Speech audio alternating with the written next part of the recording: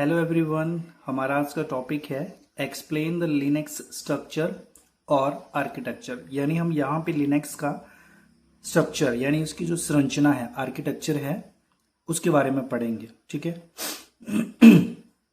तो चलिए शुरू करते हैं। देखिए, सबसे पहले आपका जो लिनक्स स्ट्रक्चर है इसको हम लेयर्स में पढ़ेंगे, मतलब अंडरस्टैंड करेंगे कि लेयर्स में किस तरह ये वर्क करता है।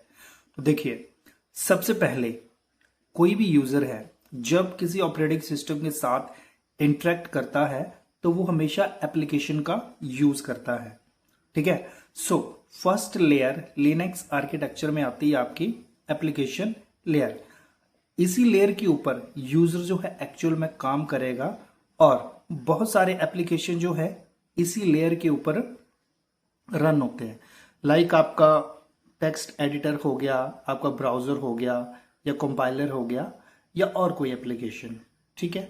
तो ये जो एप्लीकेशन लेयर होती है और इसके ऊपर जो भी एप्लीकेशंस रन हो रहे होते हैं, ये एप्लीकेशन डायरेक्टली सिस्टम हार्डवेयर के साथ इंटरेक्ट नहीं कर सकते। ठीक है। सो ये क्या करते हैं, सबसे पहले कर्नल के साथ इंटरेक्ट होना चाहते हैं, बट जो कर्नल होता है जो कि लिनक्स ऑपरेटिंग सिस्टम का कोर पार्ट है, उसके साथ भी ये डायरेक्टली इंटरेक्ट नहीं कर सकता। ठीक है। तो कर्नल से इंटरेक्ट होने के लिए ये यूज करता है सेल का, जो कि है हमारी नेक्स्ट लेयर। सेल में मतलब इस लेयर में क्या होता है कि यूजर उन इनपुट और आउटपुट डिवाइसेस का यूज करता है जहां पे वो कमांड्स लिखता भी है और उनका रिजल्ट भी देखता है। सेल क्या करता है, मतलब यूजर को जब कोई भी काम करवाना होता है तो उसके लिए कमांड्स लिखता है और उन कमांड्स को वो अंडरस्टैंड करता है, फिर इंटरप्रेट करेगा और कर्नल को सेंड करेगा। ठीक है। सो नेक्स्ट लेयर आ जाती है आपकी कर्नल, जो कि सिस्टम रिसोर्सेज को मैनेज और कंट्रोल करता है। लाइक आपका इनपुट आउटपुट डिवाइसेस हो गया, मेमोरी हो गया, फाइल सिस्टम, हर एक चीज को यही देखता है, कर्नल ही हैंडल करेगा। अब इसको इस तरह से समझिए कि एप्लीकेशन लेयर पे आप एप्लीकेशन को रन कर रहे हो, सेल में आप कमांड्स लिख रहे हो और उनका रिजल्ट भी देख रहे हो, और कर्नल क्या करता है, जो भी कमांड्स इसको सेल से रिसीव होती है, उनको रिसीव करने के बाद ये डिसाइड करता है कि उस टास्क को कैसे और कब कंप्लीट करवाना है। ठीक है। और फाइनली कर्नल जो है हार्डवेयर के साथ इंटरेक्ट होता है। ठीक है। हार्डवेयर में आपके बहुत सारी चीजें आ सकती है, जैसे आपका प्रिंटर हो गया, रैम हो गया, हार्ड डिस्क हो गया, ओके, इवन सीपीयू भी। और यहाँ पे जो टर्मिनल्स लिखा है, इस टर्मिनल्स में मतलब वो सब डिवाइसेस आ सकते हैं, लाइक इनपुट और आउटपुट डिवाइसेस। प्रिंटर एक आउटपुट डिवाइस है जिसका काम है प्रिंट निकालना, और disk as a storage use की जाती है, जहां पे हम अपनी फाइल एक्स्ट्रा को सेव कर सकते हैं। और जब भी कर्नल को कोई वर्क करवाने के लिए या हार्डवेयर के साथ इंटरेक्ट होने, लाइक हमें कोई प्रिंट की कमांड देनी है और पहले से कोई डाटा सेव है, तो इस हार्ड डिस्क से ही डाटा को रिसीव किया जाता है। ओके, इसको थोड़ा और सिंपल देखते हैं, हम सिंपल करके देखते हैं। सबसे पहले देखो, आगे आपका यूजर इंटरेक्ट करता है एप्लीकेशन के साथ। ठीक है जी। एप्लीकेशन इंटरेक्ट करेगी सेल के साथ। अब देखिए, ये जो शेल होता है ये एप्लीकेशन और कर्नल के बीच में वर्क करता है। ओके। सो सेल में आ जाते हैं आपके टर्मिनल्स यानी इनपुट और आउटपुट डिवाइसेस, जहां पे आप कमांड्स लिखोगे भी और रिजल्ट भी देखोगे।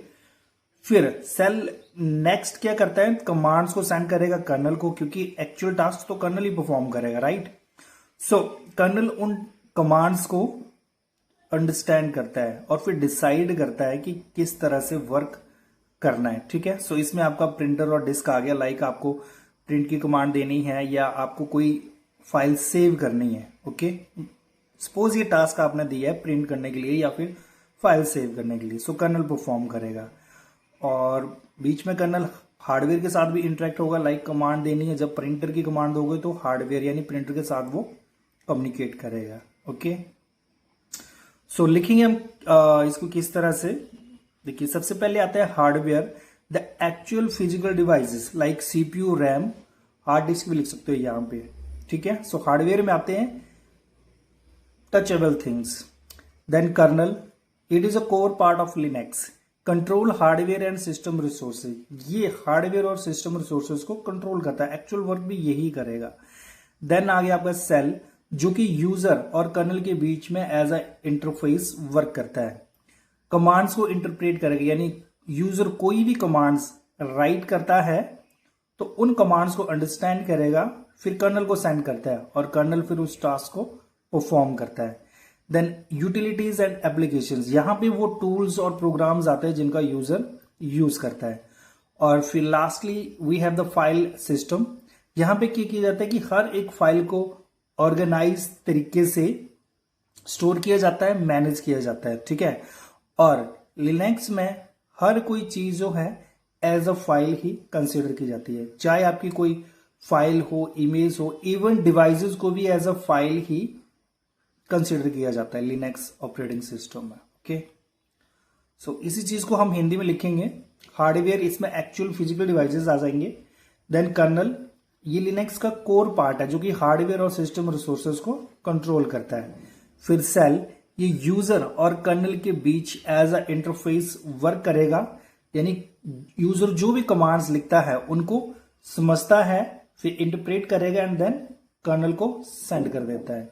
देन यूटिलिटीज एंड एप्लीकेशन, ये वही प्रोग्राम और टूल्स होते हैं जिनका यूजर यूज करता है। And lastly we have the file system, ये डाटा को ऑर्गेनाइज और मैनेज करता है, और लिनक्स में सब कुछ एक फाइल होता है, ठीक है। सो ये था आज का टॉपिक, लिनक्स स्ट्रक्चर और architecture. Thank you for watching.